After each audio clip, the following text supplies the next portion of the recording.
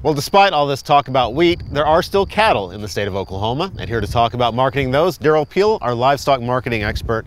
Derrell, the latest Cattle on Feed report shows that feedlot placements are down, and that's something you've been expecting for a while.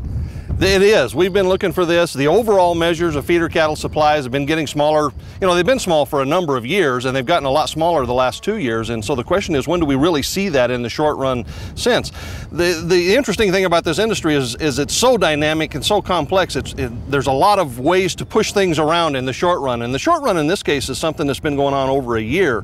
We could have easily seen this kind of a drop in placements as much as a year or 15 months ago, but we're just now getting there. And I think this Cattle on Feed report signals a somewhat of a change over the next few months. All right, so why did it take that year, 15 months, why is it taking this long?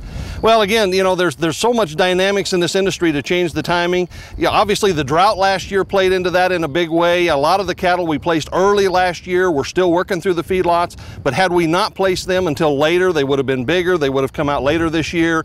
We would have placed them later this year. We would have had more cattle grazing wheat if we'd had a little bit earlier wheat pasture year, for example.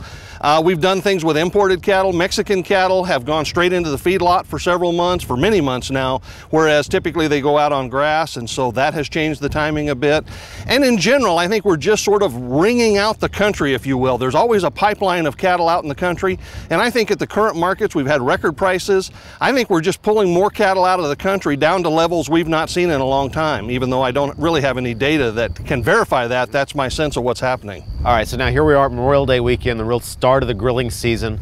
What do we see for the markets, coming up because of all this in the next couple of months? Well, right now we're still kind of on the transition of those, the carryover from last year where we had bigger placements. So we've got adequate supplies now. There's been some concern that we could see, more seasonal kind of weakness in the market here.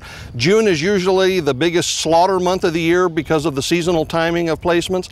And yet the markets are holding pretty firm. We've actually seen some increase in fed cattle prices.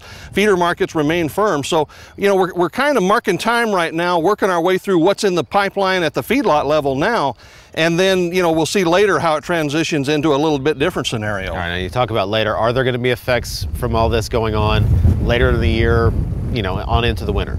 I think we'll see a marked tightening of supplies all the way through the system. We've seen tighter feeder supplies. It's now being manifest as lower feedlot placements.